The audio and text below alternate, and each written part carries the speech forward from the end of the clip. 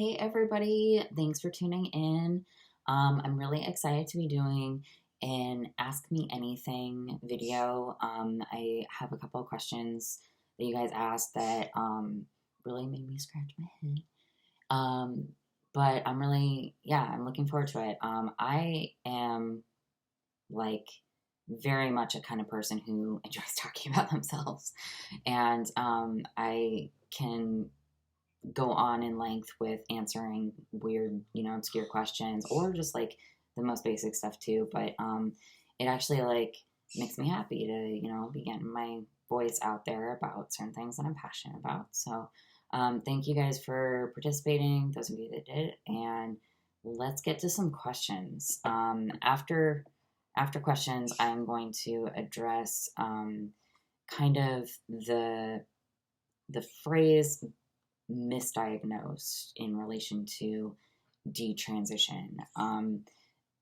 This is something that I think a lot of trans rights activists they like to pull out and say that we are misdiagnosed, and I'm going to go into why there's disagreement over that. So first questions. All right. First question. Does your dog follow you to the bathroom? He does, and I consider it a compliment because I think, he observes me watching him do his business. So he's just extending the courtesy to me. Also, my apartment's like really tiny, so it's kind of hard to avoid him like trying to scoot in there. So, yeah, he does follow me to the bathroom, but he's also like not annoying about it. He just hangs out for a sec. Do the doctors who prescribed testosterone for you know that you've detransitioned? It's a really good question. I get that one a lot. No, the doctors who prescribe me testosterone do not know that I've detransitioned. I have some personal issues with reconnecting with them, as well as the fact that the therapist that I saw who gave me my letter to go get my prescription from my doctor, she is no longer working in the field, I don't think. I think she's retired or something. So it would be a little challenging for me to get information directly to her. And I don't know the people who are in charge of her clinic now. So that's part of it, is that I've just been a little uncomfortable with dealing with people that I don't know and expressing my story to them. Also, some of it is that I honestly kind of want to move on in a lot of ways. And I understand I have some responsibility, or I feel like I have some responsibility to educate people on why what I went through was incorrect and the reasons for detransitioning. But I also am conflicted because it's kind of tough for me to like go back there and talk about it in some ways. And, I think that process of going to talk to them would be a lot longer than maybe it feels like at first. So, anyway, that's kind of my answer. Maybe a little conflated, but no, they don't know. I've been struggling with whether or not I will contact them for a while. And I honestly don't have a conclusion yet. So it's something that I'm continuing to consider, though. All right, next question. Detransition is definitely a growing cohort. Do you think there is a good way to help detransitioners outside of the little groups that they're forming for themselves? That's tricky. Because I am not fully involved in all of the groups for detransitioners. So like there's certain demographics where I feel like I relate maybe a little bit less to some detransitioners and their story. So I'm not as involved in some of those groups. So I think a good way to support detransition people is something that's been said by a lot of other detransitioners, and that is to allow us to speak for ourselves. I know a lot of us, our stories have been misused for various agendas, and most of us are not trying to get the word out for a specific agenda other than to tell our own story. So I think that there is a lot that you can do to uplift detransitioned people's voices by just letting us talk for ourselves, giving us opportunities to speak, and also not taking what we say out of context. And that's a challenge for some topics, especially. But I think prioritizing that is really key in letting us feel like we are being valued and understood. So I think that's a really good way to support. Also, if you see research, like studies being done that are about transition, especially if they highlight people who have detransitioned, there's not a whole lot of studies like that going on. So if you see things like that need support, I would encourage you to, having constitution to know about why those studies are being done, of course, and the intent for those studies being done, but support them. Like, we need more research. And yeah, I am fully in support of us doing more medical studies to figure out like what is going on with transition physically, but also like psychologically and socially, what all is happening there. Yeah, so I hope that answers the question. Next one. Did HRT have any impact on endo? So for those of you who don't know, I am a survivor of endometriosis. It is a disease where tissue that is similar to the uterine lining grows in places that it's not supposed to grow.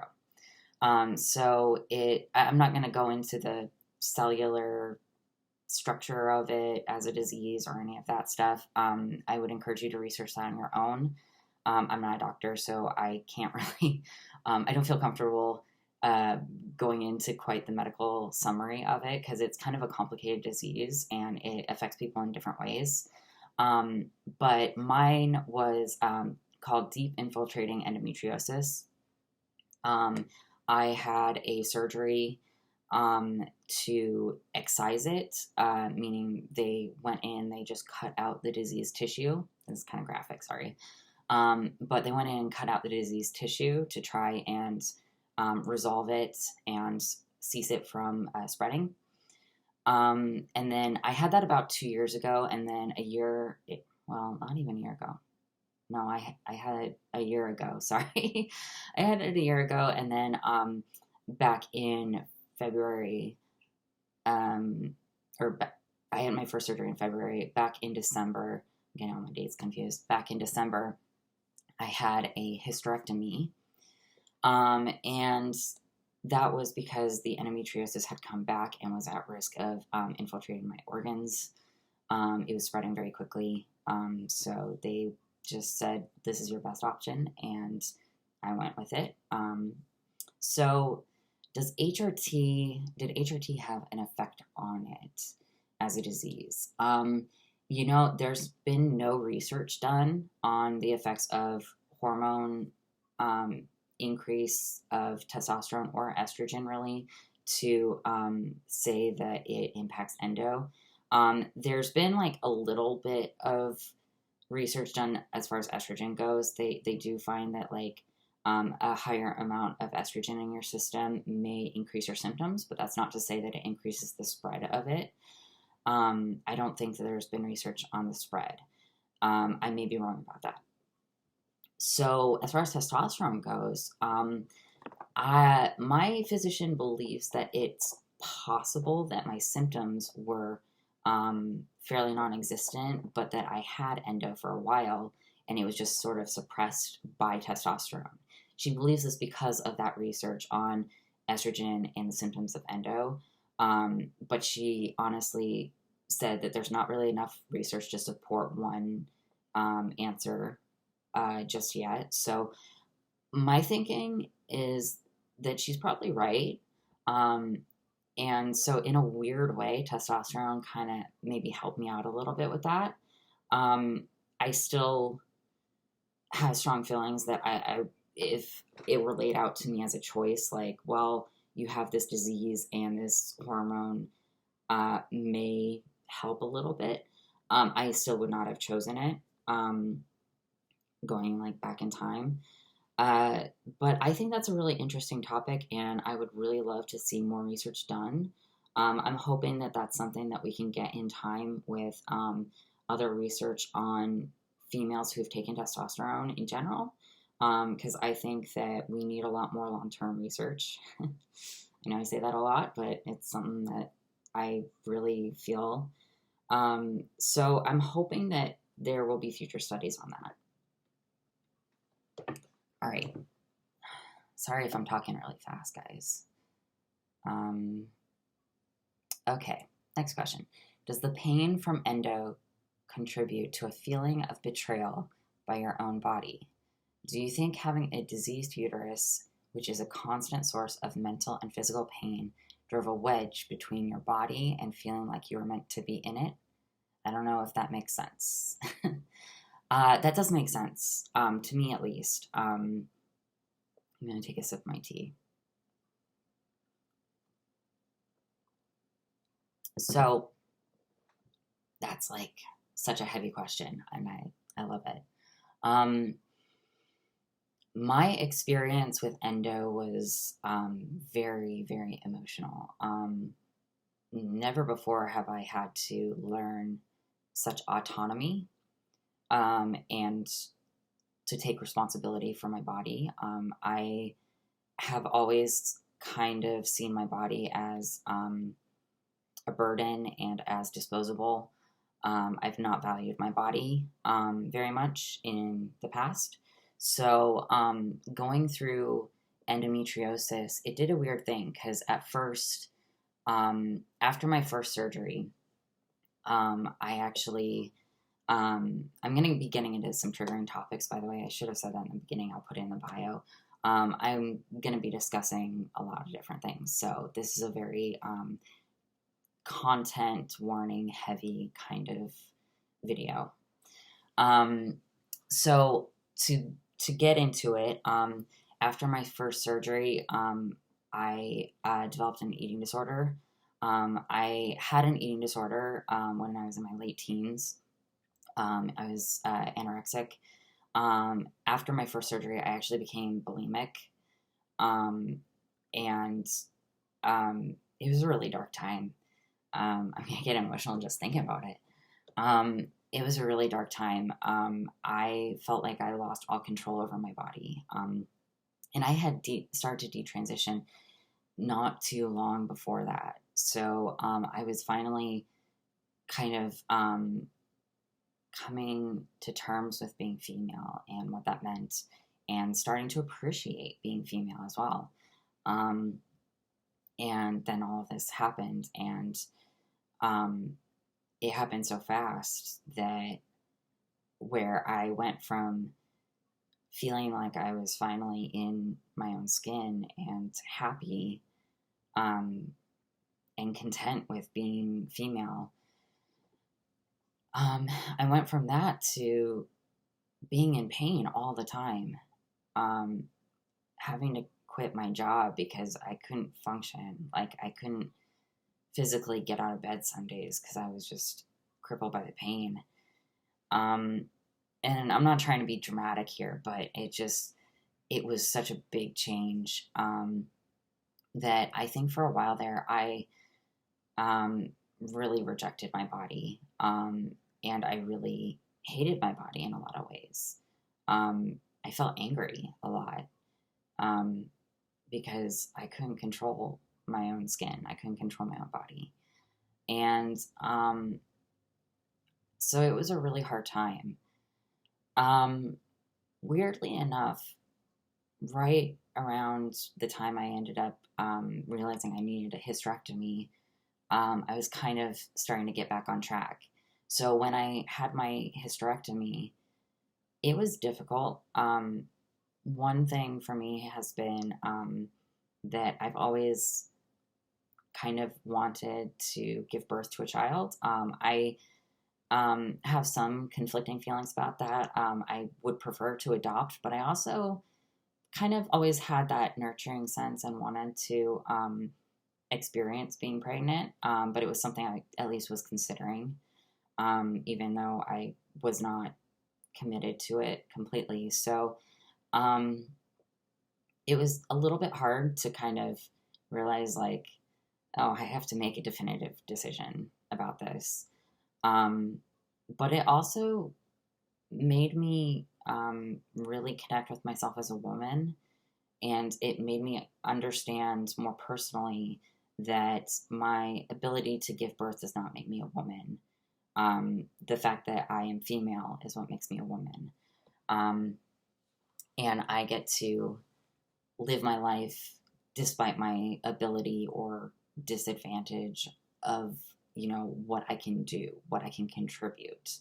Like, I am still a woman even if I'm not, able to have children, or even if I'm not heterosexual. Things like that are always things that I've kind of struggled with. And I think my hysterectomy really, this is getting long-winded, I know, but my hysterectomy really helped me with that. So, yeah, endo was a ringer for me. It was really difficult at first, but I feel like I'm much more at home in my body now.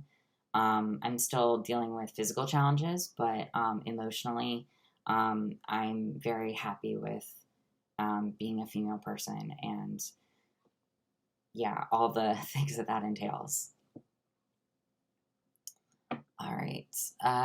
Next question. Do you experience ongoing gender dysphoria? Would you say you're re-identified as female? What has been most helpful in coping with or resolving gender dysphoria? Okay.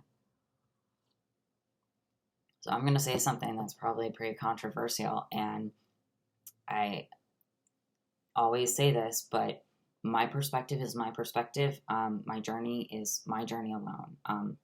I cannot and will not speak for other detransitioned women in terms of what fixes this, or what do you do in this situation. I can only speak to my own experience. So as far as experiencing ongoing gender dysphoria,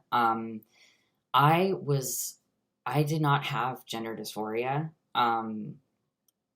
to begin with. I had PTSD and anxiety with my body. Now, I do believe I had dysphoria in some way, but not so much gender dysphoria, maybe a little more dysmorphia, which is a bit different.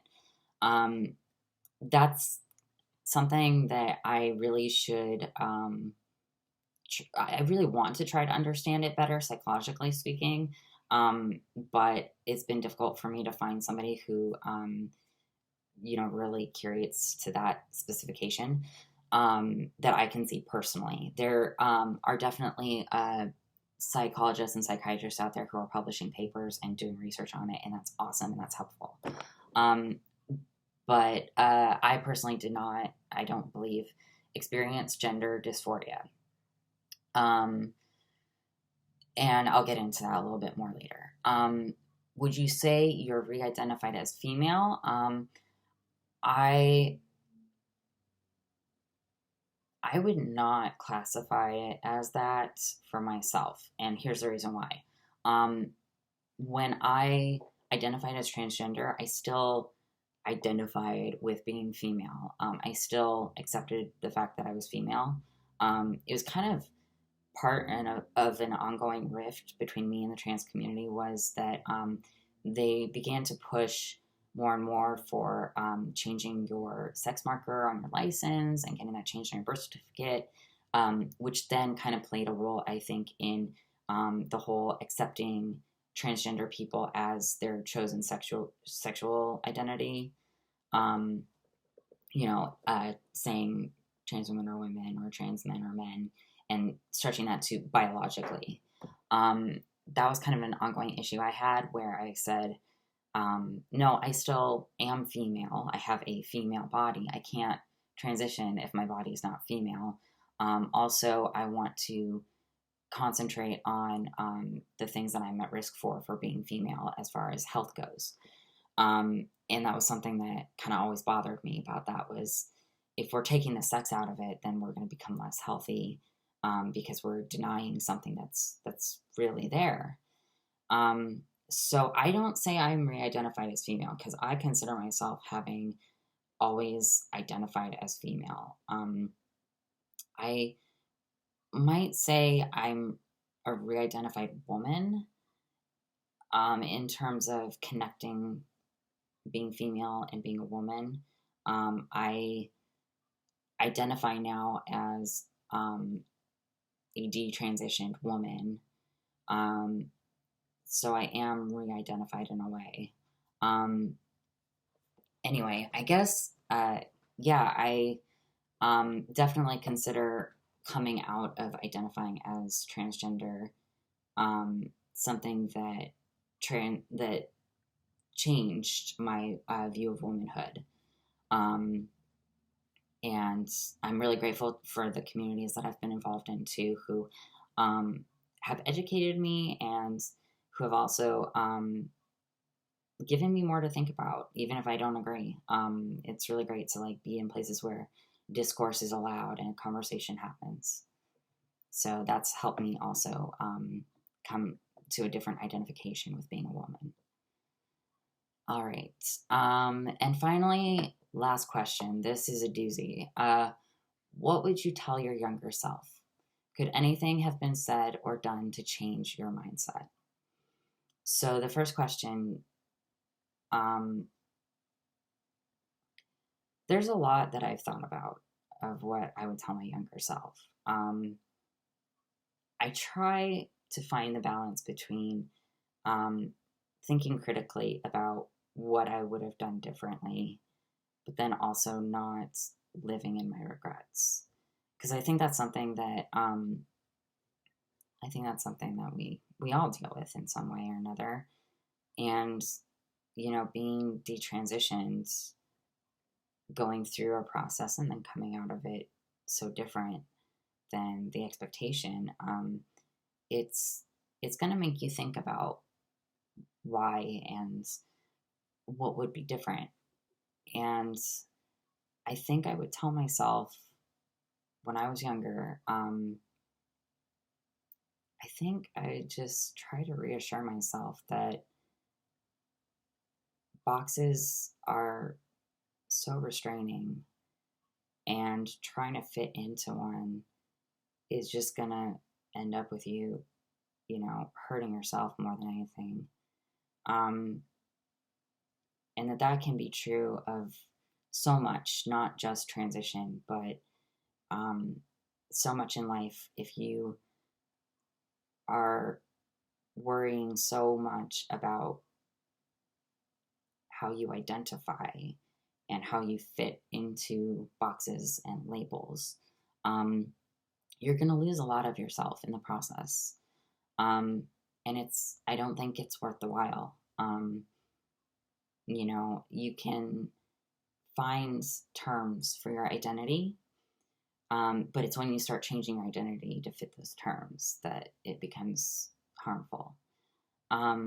So I would tell myself, think about who you are and who you want to be, and think about how much of that is what you want versus how much of that is what people tell you they see, because there's a difference.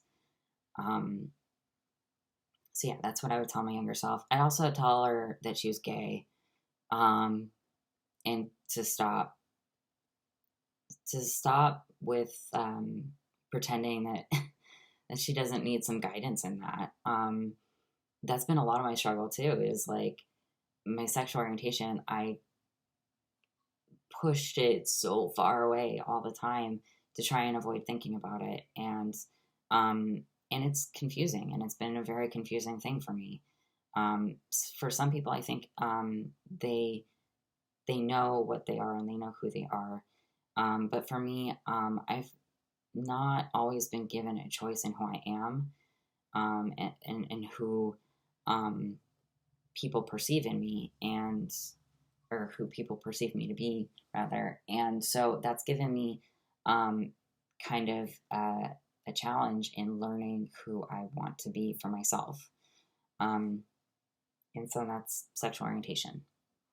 So the second question, could anything have been said or done to change your mindset? Like a lot of other detransitioners, I get questions from a lot of parents whose children are considering transition or are pursuing transition. Those messages always, first off, they break my heart, for everyone involved. And I don't mean to be rude about that, but it's true. I feel so sad for the situation that everybody's involved in, where they can't communicate enough with each other, that they are seeking so much help, and I don't think that they're getting the resources that they need. But I also have a lot of imposter syndrome with that, where I'm like, I'm not an expert. I think that the priority needs to be on people doing the scientific and medical research for transition. That's my passion, is that we find more research so that we can prove or disprove the use and in what capacity we utilize transition resources. But that is to say, I appreciate that people are asking for my opinion and asking for my help, but I don't feel qualified. I don't think I am qualified to really help. And so when I get asked this by parents and they ask me to talk to their children, which has happened many times, I usually reject that, because I know that when I was going through this, even though I was an adult by the time I was going through this, if somebody said something to me, even if they had experienced this themselves, even if it was like another transgender person or a detransition person, I wouldn't have listened. And I mean, I want to hold out hope that there are some people out there who would want to have conversations with people who disagree with them. But when you are considering transition, you're in a very vulnerable place, and it's very easy to get into a place where you want to just attack people who are criticizing you, because you feel a lack of self-confidence, I think, in your choice. Sometimes it's pressure from the community. And then other times you just truly are believing that you're making the best choice for yourself, and that you need to stand up for what you are doing. And I respect that, and I respect that people should be able to make their own choices in some ways. But I know how I would respond. So if anyone had come to me and said, you know, you need to take more time with this, I might have heard them out a little bit, but I honestly probably would have still gone through with it. So I hope there are more people who are considering transition who are critical. I hope that gets encouraged. But I don't know exactly how we can encourage that yet. So that's it for the questions. I hope I answered everybody in a succinct way. I'm kind of going on. And like I said, I like to talk about myself, but anyway. I may have gone on a little long. So I wanted to talk about the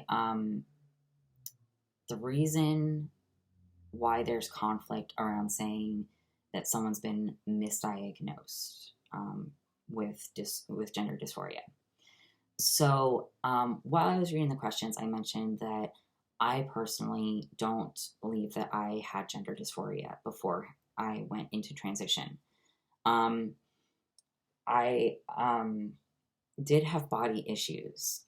So for me, a lot of issues stemmed just around being touched by men. And that wasn't really looked at in a very critical way. That was something that I take issue with. I take issue with, and I do kind of put responsibility on my therapist at the time. I wish that she had been more attentive, but can't live in the past. So hopefully that's something that we can take note of and look more critically at in the future with therapy. And the psychological perspective on transition is, okay, well, do you have gender dysphoria, or do you have anxiety for other reasons? And that's something I'm no expert in, so I'm not going to go too far into that. But I will say, I have been diagnosed with PTSD. I believe that part of my PTSD is anxiety around being touched by men. I have a history of abuse. I have a history of assault. So it doesn't make sense to me that I would get diagnosed with gender dysphoria looking back. But the reason I've kind of come out of saying I was misdiagnosed, because I have to admit, I know this might upset some people, but I did start off using that terminology, saying I was misdiagnosed. But the reason I understand it to be something that we don't want to encourage is that term gets used inappropriately. So saying you're misdiagnosed sort of, for one, it dismisses the capacity that detransitioners have gone to do the right thing. It suggests that you didn't really try very hard. You didn't find a therapist who knew what they were talking about for gender dysphoria, and they diagnosed you with the wrong thing. You weren't critical. The doctors weren't critical enough. It's just that, and that kind of suggests too that's a fluke. That's something that's not normal. Now, the argument, I think, is that, in fact, a lot of the process that we went through was very normal, and we didn't come up. Nothing about what we talked to our therapists about or what we talked to our doctors about came up as unusual. So what does that say about the standard? And so the standard of, at the time when I began going through transition, the standard for me was you get a letter, you live in your assigned, or you live in your desired gender role and sex, as opposed to your assigned gender role and sex. I'm using their terminology. You live in theirs, in the desired sex or gender for 3 months, and then after that you get a letter saying that you've done that, and you go to see a therapist regularly, which means that you have a psych evaluation that suggests that you are psychologically fit, and after 3 months you can go on hormones. I believe that's changed. I think, from my understanding, it depends on where you live. I'm in the United States. I know it's different over in the UK, and Scotland and Canada. As far as the United States and where I was living at the time, which was in the middle of the country, it was a little different than on the west coast of the country. I've talked to people here in Seattle who have been able to get hormone therapy within a few weeks, whereas when I was living in the middle of the country, again, it took 3 months. So it just depends. Now that I think is something we really need to look at is there's no consistency. Um, from what I perceive at least, there's no consistency in the amount of therapy that you're supposed to have, the amount of time you spend in your desired gender role in terms of are you presenting as a man or are you presenting as a woman in your regular life. And also, I think there needs to be more evaluation for health. We need to know, are we putting someone who has significant health conditions on a hormone that may increase their symptoms? Um, I don't think there's enough research being done for that. So I think that those categories need to be made the same across the board. And that's something that I think will take a lot of time, but it's something that's necessary. Now, since we don't have consistency, to suggest that there can be a diagnosis or a misdiagnosis seems kind of fallible. It seems like you can't say someone did things correctly or um, met the requirements to be diagnosed a certain way when those requirements change everywhere you go. So I think that's part of it too. But really, like, I want to touch back on the dismissal because that's something that happens really frequently on both sides. All right, I'm sorry. I'm gonna be honest here. It happens with the trans rights activists, and it happens with radical feminists, where we kind of get dismissed detransition people. Now we'll talk about our stories, and we may get sympathy or we may get people being offended. But then when we start to talk about things in a pragmatic way about transition and how we got through our process, I think saying that someone was misdiagnosed, for me, it's happened from both sides. And I think it's a way to say, well, you're one in a million, or this is so unusual, but so tragic. Like, I don't think it's a very thought-provoking word. You're not really looking at what we're saying. But maybe that's just me, and maybe I've got thin skin. I'm not sure. And, if you want to disagree, that's totally your right. We can talk about that more if you want. But I just wanted to make note that I get the sense that that's kind of something a lot of other detransitioners have expressed. And that's kind of my perception on it. So, yeah, like I said, I don't really use the term that I was misdiagnosed. I don't really use that word anymore. I feel like there wasn't really a standard for me to be diagnosed properly in the first place. But I think I'm just as likely a candidate as anyone else to go down this path of transition.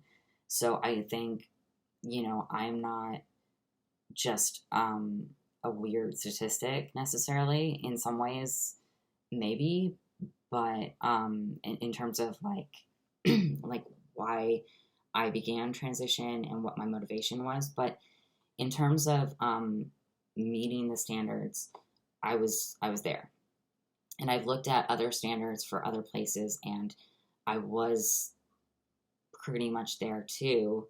So, a lot of the standard would say that I was diagnosed correctly. And then in other places, they would have been more critical, maybe. And we need to get that set more consistently before we start saying that someone can or cannot be diagnosed with gender dysphoria. And I think that we need to have a radical understanding on how to treat that as well, because I think that obviously transition is not going to solve problems for every person. I will note that I do believe I have gender dysphoria now a little bit. I It's hard to explain, but um, there are parts of me that are really, really difficult to deal with. Now that there's been changes to my body, um, but honestly, it doesn't impact me nearly as much as I know gender dysphoria impacts a lot of other people. So I don't talk about it too much because it's something that just I feel like I can manage it pretty well, and it's not super prominent. I'm very lucky in that, and I'm grateful for that. Um, but yeah, so that's kind of my little mini rant on the term of um, misdiagnosed, whether we were or not. Um, if there are detransitioned people out there who want to disagree with me on that term, please absolutely comment. I would love to like discuss that further with you and figure out, why you have a different opinion, and learn from you, Um, and for other people, I really think that, doing more research on the things that are set in place for going through with transition, I think that we need to have a better understanding of what we're up against with that. Um, and to really also look at it not just from a statistical point of view, but from an individual personal point of view as well, which is difficult.